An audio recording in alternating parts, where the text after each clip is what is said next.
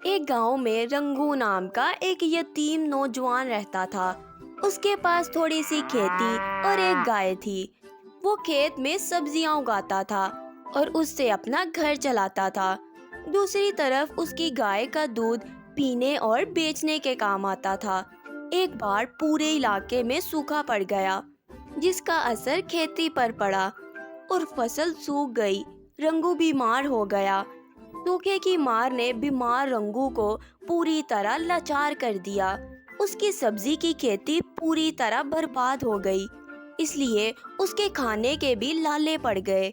दूसरी तरफ उसकी गाय रानी के लिए भी चारे की किल्लत होने लगी। आहिस्ता आहिस्ता आसपास की घास भी बर्बाद हो गई। रंगू ने गाय रानी को अपने गांव से दूर भेजने का फैसला कर लिया। रानी, यहाँ के बुरे हाल ने मुझे कंगाल कर दिया है। मैं खुद लाचार बीमार हूँ, अपना पेट भर नहीं सकता। भला तुम्हें क्या खिलाऊंगा? मैं चाहता हूँ कि तुम कहीं दूर चली जाओ, जहाँ तुम्हें पेट भरने के लिए चारा मिल सके। गाय रानी चुपचाप खड़ी रही। उसे रंगू की जुदाई कबूल नहीं थी। रंगू ने रानी को दूर भेजने की बात ठान ही ली थी। वो हिम्मत करके उठा और रानी गाय को लेकर चल पड़ा। उसे रास्ते में भूख लगी तो परेशान हो उठा। आह, मुझे भूख लगी है। यहाँ तो आसपास खाने के लिए भी कुछ नहीं मिलेगा। आगे बढ़ने की भी हिम्मत नहीं हो रही। लाली, तुम्हें भी तो भूख लगी होगी। रुक जाओ, मैं कुछ इंतजाम करता हूँ। रंगू ने आसपास से दरख्त की पत्तियां तोड़ी और लाली के सामने रख दी। लाली ने उन पत्तियों को मुंह भी नहीं लगाया। रंगू समझ नहीं पा रहा था कि आखिर लाली खा क्यों नहीं रही है। लाली वहां से फौरन दूर जाने लगी तो रंगू ने सोचा कि चलो ठीक ही हुआ। वो खामोश होकर सोच ही रहा था कि उसे लाली लौटकर आती हुई दिखाई पड़ी। उसने ध्यान से देखा तो लाली के मुंह में एक बड़ा सा पका हुआ पपीता था। लाली ने वो पपीता रंगू को दे दिया और खाने का इशारा किया। रानी की नीयत साफ थी। वो रंगू को भूखा रखकर पत्तियां भला कैसे खा सकती थी। जब रंगू पपीता खाने लगा तब लाली ने भी पत्तियों को मुंह लगा लिया। इसके साथ साथ बीच बीच में रंगू को इस तरह देखती जैसे कोई माँ अपने बच्चे को ममता भरी नजरों से देख रही हो। रंगू का पेट भर गया तो उसे नींद आने लगी, तो वो पास में ही सो गया। कुछ देर के बाद उसके ऊपर जब धूप आने लगी तब लाली गाय ने उसके पास खड़ी होकर पूरी तरह से उसे साया दिया। जब रंगू की आंख खुली तो उसने देखा कि उसकी प्यारी लाली गाय उसके पास ही खड़ी उसे धूप से बचा रही थी। उसके बाद वो लाली को लेकर आगे बढ़ गया।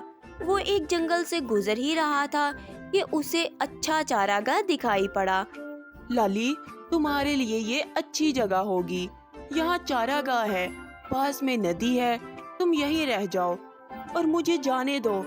लाली तैयार नहीं थी और रंगू उससे मुंह मोड़कर अपनी आंखों में आंसू लिए हुए जैसे ही आगे जाने लगा तो उसे रुकना पड़ा। लाली ने पीछे से उसका कपड़ा पकड़ लिया। वो इशारा करने लगी कि जैसे कह रही हो, मुझे छोड़कर मत जाओ, मैं जहाँ रहूंगी तुम्हारे साथ ही रहूंगी। रंगू समझ नहीं पा रहा था कि लाली से कैसे पीछा छुड़ाया जाए। मजबूर होकर वो रुक गया। कुछ देर के बाद रात हो गई। रंगू के दिल में कई बातें चल रही थी। रात और जवान हो गई। थकान की वजह से लाली गाय को नींद आ गई। रंगू के लिए यही सही मौका था। वो दबे पांव वहां से चल पड़ा और उसकी आंखों में फिर से आंसू आ गए। जंगल में आगे जा ही रहा था, अचानक उसने सामने से आते हुए एक चीते को देखा। वो थर थर कांपने लगा। चीता जैसे ही उस पर हमला करने के लिए आगे बढ़ा, उसी वक्त लाली गाय भी आ गई और उसने अपने सींग से चीते को उठाकर फेंक दिया। चीते ने लाली को पंजा मारा, तब लाली ने उसे सींग से फिर मारा।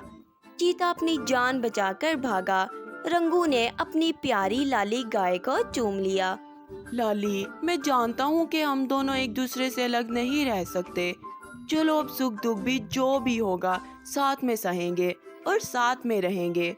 रंगू अपनी प्यारी लाली गाय को लेकर अपने घर की तरफ चल पड़ा। वो जैसे ही अपने घर के दरवाजे पर पहुंचा, उसी वक्त लाली ऊपर आसमान की तरफ देखने लगी। उसने अपनी दुआ अल्लाह के पास पहुंचा दी। लाली और रंगू ने इन खुशियों की सौगात को खुले दिल से खुशामद किया।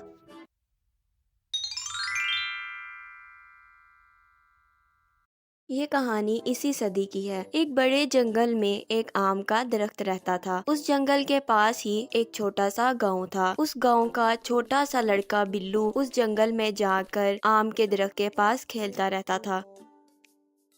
वो उस दरख्त पर चढ़ता, आम खाता और बाद में आराम से उस दरख्त के नीचे एक नींद की झपकी लेता। बिल्लू को दरख्त के साथ खेलना अच्छा लगता तो उस आम के दरख्त को भी खुशी होती। अब बिल्लू उस दरख्त के साथ रोज नहीं खेलने लगा था। एक दिन की बात है, बिल्लू चलते चलते उस दरख्त के पास चला गया। वो बहुत दुखी था। चलो बेटा मेरे साथ खेलो। मैं अब बच्चा नहीं रहा जो तुम्हारे साथ खेलूं। अब मैं दरख्त के साथ नहीं खेलता। मुझे अब खिलौने चाहिए और खिलौने खरीदने के लिए पैसों की जरूरत है। माफ करो बेटा, पर मेरे पास पैसे नहीं हैं, लेकिन तुम मेरे आम तोड़ सकते हो और उसे बाजार ले जाकर बेचकर पैसे कमा सकते हो। बिल्लू ये सुनते ही खुश हो गया। उसने आम तोड़े,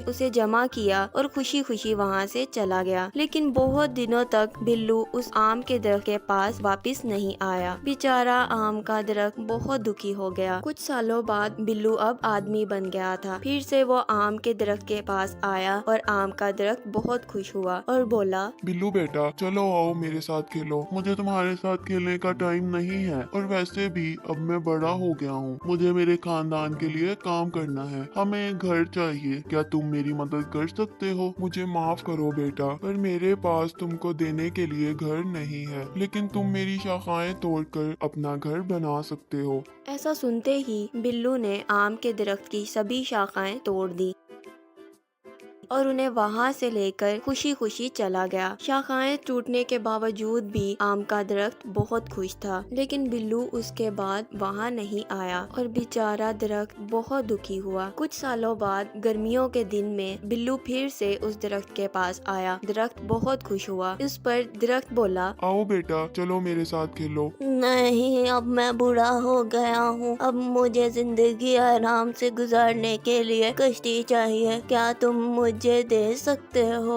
मेरे तना का इस्तेमाल करो और कश्ती बनाओ, फिर तुम नौकायन में जाकर खुश रह सकते हो। फिर क्या था, बिल्लू ने उस दरख्त का तना भी काट लिया और इससे बोट बनाई और वहाँ से चला गया। फिर बहुत सालों तक वो वापस नहीं आया। ऐसे ही कुछ साल गुजर गए। आखिर एक दिन बिल्लू वापस आया। बिल्लू को देखकर दरख्त बोला, मुझे माफ करना बेटा, लेकिन तुम्हें देने के लिए अब मेरे पास कुछ नहीं बचा है। हम तो कब के खत्म हो गए। बिल्लू ने जवाब दिया, कोई बात नहीं, अब मेरे दांत भी तो नहीं है आम खाने के लिए। दरख्त बोला, तुम्हारे खेलने के लिए अब शाखाएं भी नहीं है। बिल्लू बोला, पर अब मैं भी बहुत बूढ़ा हो गया हूँ शाखाओं पर चढ़ने के लिए। मेरे पास सचमुच कुछ नहीं बचा तुम्हें देने के लिए, बस ये मरने वाली जड़ ही है मेरे पास। और आम का दरख्त रोने लगा, अब मुझे किसी भी चीज की जरूरत नहीं है। अब मैं थक गया हूँ, बस आराम करना चाहता हूँ। तो अच्छा है, फिर दरख्त की जड़ें आराम के लिए सबसे अच्छी होती हैं। आओ मेरे पास बैठो और आराम करो। बिल्लू नीचे बैठा। आम का दरख्त खुश हुआ और वो रोने लगा। तो बच्चों, ये कहानी हमारे दिल को छू लेती है कि कैसे एक दरख्त हमारी जिंदगी में बस जिंदगी भर देते ही रहता है और इंसान उसकी कदर तक नहीं करता। दरख्त हमें छांव, फल देते हैं, लकड़ियाँ देते हैं, पर हम इंसान उन्हें बेरहमी से हमारे काम के लिए काट देते हैं और वापस कुछ नहीं देते। तो दोस्तों, आपसे गुजारिश है कि आप दरख्त लगा नहीं सकते तो कम से कम उन्हें काटो मत। शुक्रिया। Thanks for watching. Please subscribe to our channel.